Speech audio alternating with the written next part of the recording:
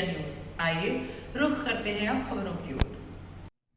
True India के लिए मैं आनंद खन्ना। आज बात करते हैं एक ऐसी शख्सियत से जो अपने आप में ज्ञान का भंडार है। चाहे प्रकृति जगत से जुड़ी हुई बातें हो, विज्ञान जगत से, या फिर इतिहास के पन्नों को भी अगर हम खोलकर देखना चाहें तो ऐसी जानकारी देखने को मिलती है। हमारे साथ डॉक्टर प्रोफेसर दीपक जी बैनर्जी, जो जयनारायण व्यास विश्वविद्यालय से 1997 में सेवानिवृत्त हो चुके हैं और आज भी बिल्कुल अपनी जिंदगी शिक्षा जगत से जुड़ करके हम तक पहुंचाते हैं। हम बहुत कुछ जानेंगे आपसे, लेकिन सबसे पहले आपके हाथ में हम एक पुस्तक देख रहे हैं। सर, थोड़ी सी पुस्तक की अगर आप जानकारी देखें तो एक ऐसी शख्सियत जिसे दुनिया जानती है और मानती है, स्वामी विवेकानंद जी। एक ऐसी बात जो विवेकानंद जी के बारे में हर कोई नहीं जानता, और जब 2004-05 के आसपास पुस्तक छपी हुई हो तो उससे ज्यादा प्रमाणिक और कुछ नहीं हो सकती। जी हां, स्वामी विवेकानंद जी जोधपुर आए थे, ऐसी जानकारी हमको मिली और हम डॉक्टर दीपक बनर्जी से यहीं से शुरुआत करते हैं। सर, विवेकानंद जी के बारे में।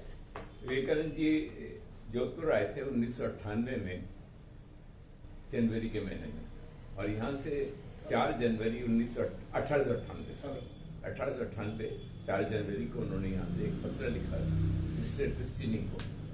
वो पत्र जो है वो रामकृष्ण मिशन में पड़ा हुआ है। उसी रामकृष्ण मिशन के उस पत्र के अनुसार हम जानते हैं कि यहाँ पे रहे और यहाँ पे 10 दिन तक वो सर प्रताप के मेहमान रहे। और सर प्रताप का मकान यहाँ पे फर्स्ट रेसिडेंसी रोड है, first Mahatma Gandhi road, ओवरनिकी hotel के पास है। उस मकान में आज के दिन में राव राजहरी सिंह का परिवार रहता है। हम एक थोड़ा सा और जानना चाहेंगे कि लोग कहते हैं कि उस समय सर प्रताप यहाँ जोधपुर में नहीं थे। हाँ सर, ये कहा गया है कि सर ये प्रोफेसर घर हैं एक विवेकानंद केंद्र में, उन्होंने स्वामी विवेकानंद जी की किताब लिखी है, जीवनी लिखी है। उसमें उन्होंने ये लिखा है कि सर प्रताप उस समय जोधपुर में नहीं थे, वो गए हुए थे वहां पे अफगानिस्तान में किसी मिलिट्री एक्सपीडिशन में। इसलिए ये रामकृष्ण मिशन से सिस्टर क्रिस्टिनी की पत्र का फोटोकॉपी मुझे भेजा गया और पता लगाने की कोशिश करने के लिए कहा गया कि एक्चुअली वो कहाँ ठहरे थे। तो पता पड़ा कि सर प्रताप कुछ 1-8 दिन के लिए जोधपुर उस समय आए थे। आके उन्होंने यहाँ रहने का अरेंजमेंट उनका वहां पे कर दिया था और इसलिए स्वामी विवेकानंद उनके यहाँ 10 दिन जोधपुर में रहे। सिर्फ उन्हीं का नहीं रहे, कईयों के और के घर में भी रहे होंगे।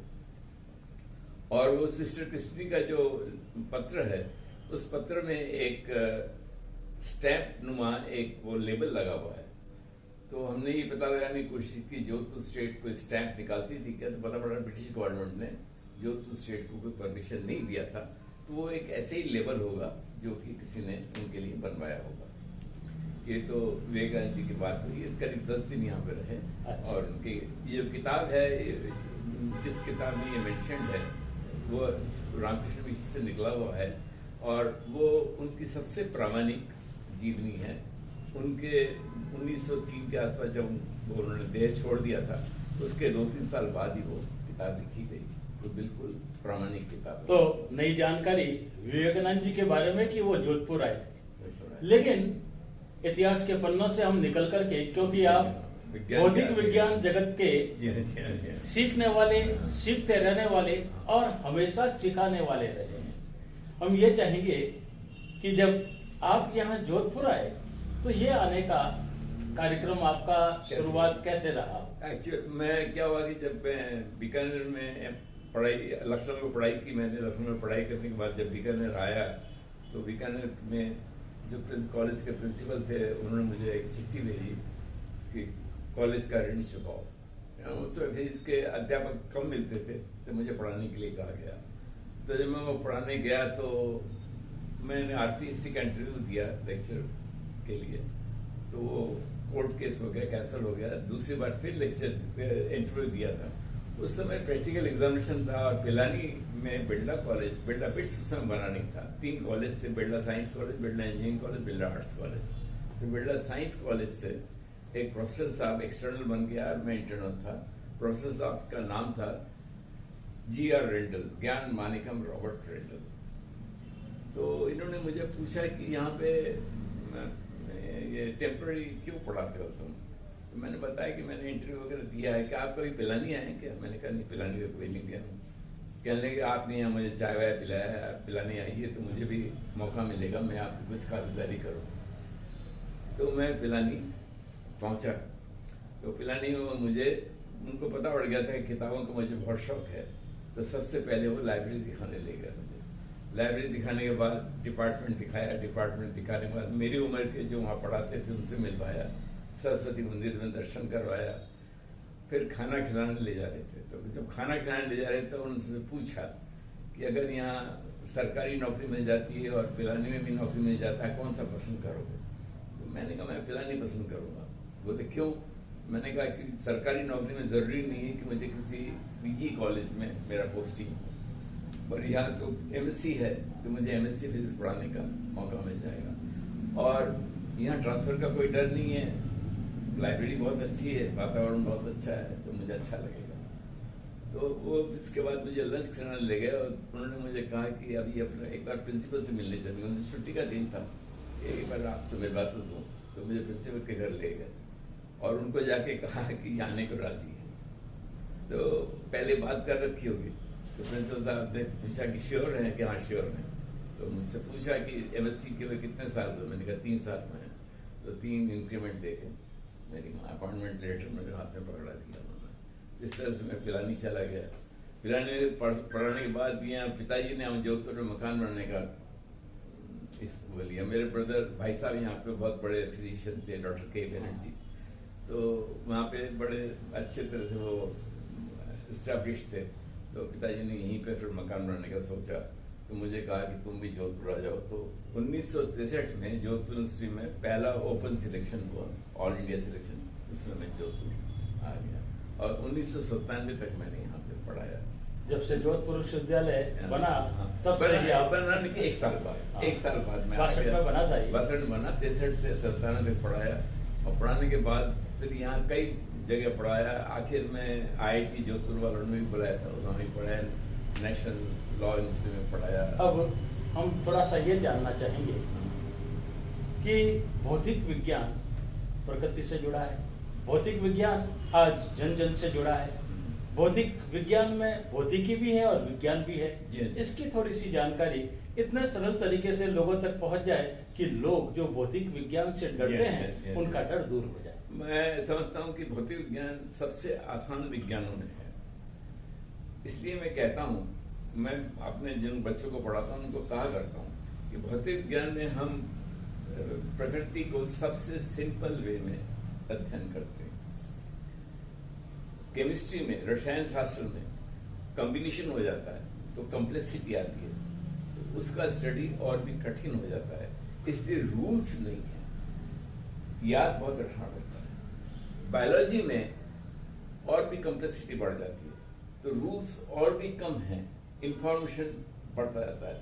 इसीलिए आपने मेडिकल और बायोलॉजी किताबें देखी, बड़ी मोटी मोटी आती हैं और थोड़े दिन बाद वो उसके बाद काम में नहीं आती क्योंकि नया इंफॉर्मेशन आ गया है। मगर फिजिक्स में ऐसा नहीं है। फिजिक्स में, भौतिक विज्ञान में जो किताबें जो हम पढ़ते थे वो आज भी वैलिड हैं और आज भी उनकी जो कुछ लिखा हुआ है वो सही है। तो भौतिक विज्ञान में हम प्रकृति के बारे में जानने की कोशिश करते हैं। मैं विज्ञान विद्यार्थी को पूछा करता हूँ कि विज्ञान का क्या काम क्या है, तो सब अलग अलग अपनी परिभाषा देते हैं। मैंने उनको बताया कि विज्ञान का काम है प्रकृति का नियम जानना, चाहे वो भौतिक विज्ञान हो, चाहे रासायनिक विज्ञान हो, चाहे जीव विज्ञान हो। हम प्रकृति के नियम जानना चाहते हैं। प्रकृति के साथ रहते हैं तो नियम जान लेंगे तो अच्छी तरह से जा सकते हैं। तो प्रकृति नियम जानने के लिए हमको रूल्स पढ़ने पड़ते हैं। जैसे होटल में जाएं तो होटल के रूल्स जानने के लिए या मैनेजर से बात करते हैं, तो प्रकृति से भी हमको बात करना पड़ेगा। तो प्रकृति से इंटरेक्ट करना पड़ेगा। हम उसकी भाषा नहीं जानते तो हम एक्सपेरिमेंट करते हैं। एक्सपेरिमेंट हमारे प्रश्न हैं जो हम प्रकृति को पूछते हैं। और पकड़ के उसका जवाब रिजल्ट से हमें जवाब दे देती है। इस तरह से हमने धीरे धीरे भौतिक विज्ञान के नियम बनाए। अब ये 1900 के आसपास विज्ञान की काफी उन्नति हो चुकी है। हम यांत्रिकी के बारे में, ऊष्मा ऊर्जा के बारे में, प्रकाशिकी के बारे में, इलेक्ट्रिसिटी मैग्नेटिज्म के बारे में, विद्युत चुंबकीय क्षेत्र के बारे में बहुत ज्ञान हमने अर्जन कर लिया। और ज्यादातर वैज्ञानिकों को ये लगता था कि हम करीब करीब सब कुछ विज्ञान के बारे में जान चुके हैं। अब जो रिजल्ट आएगा उसमें डेसिमल रिजल्ट हम एक्सपेरिमेंट में निकालेंगे, उसमें डेसिमल प्लेस का चेंज होगा, बाकी कुछ जानने को नहीं रहा। मगर उन्हीं दिनों 2-3 ऐसी डिफिकल्टीज आई फिजिक्स में जिनका समाधान उस समय जो ज्ञान अवेलेबल था उससे वो समाधान नहीं हो रहा था। उनमें एक कहलाता है ब्लैक बॉडी रेडिएशन। हम किसी चीज को गर्म करते हैं तो उसमें से ऊष्मा का रेडिएशन निकलता है, विकिरण होता है, और उस विकिरण को लोगों ने नाप लिया था।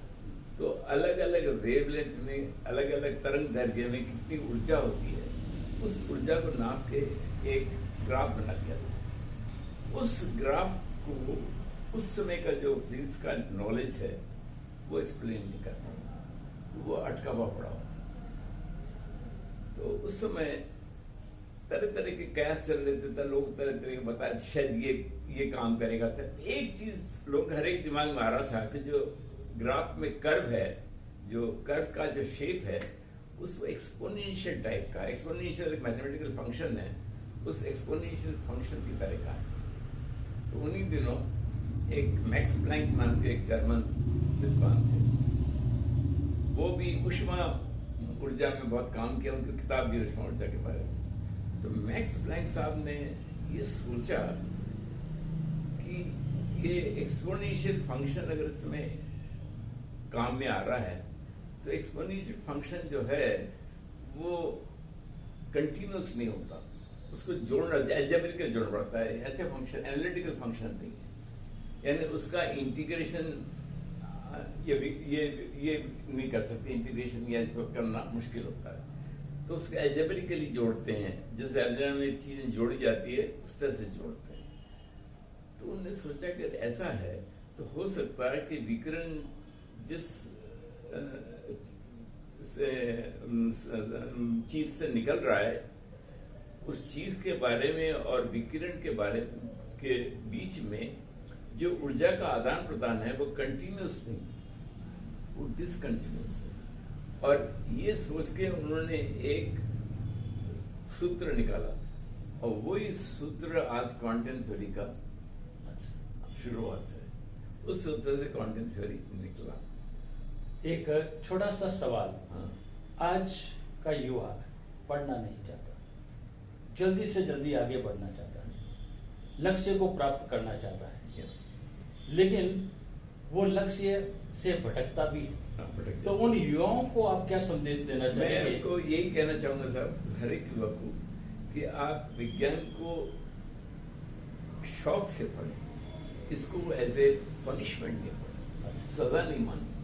मैं बच्चों को जो पढ़ाता हूँ और इनको मैं वैज्ञानिकों के कई किस्से सुनाता हूँ, इस तरह से सुनाता हूँ क्योंकि विज्ञान के प्रति रुचि जिससे पढ़ सके, उसकी मैं पूरी कोशिश करता हूँ। मेरी खुद की लाइब्रेरी काफी बड़ी है।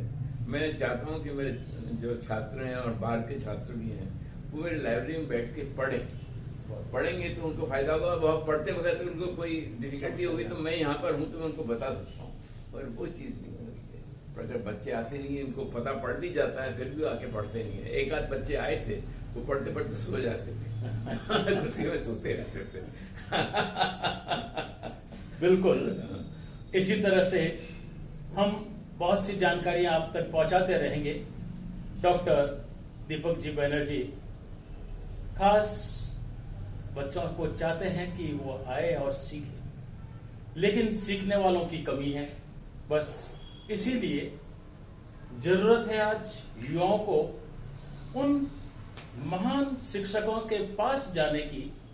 ठीक वैसे ही जैसे गुरुकुल के अंदर गुरु जब ज्ञान देता था तो वो स्थायी होता था, और आप भी चाहते हैं कि ऐसा ही स्तरीय ज्ञान सबको मिले, युवा आगे आए। खाली आप विज्ञान के हैं तो विज्ञान तक सीमित होकर के नहीं, बल्कि इतिहास की जानकारी और बहुत से जो ऐसे चरित्र हम तक पहुंच सकते हैं उनको भी पढ़ना जरूरी है।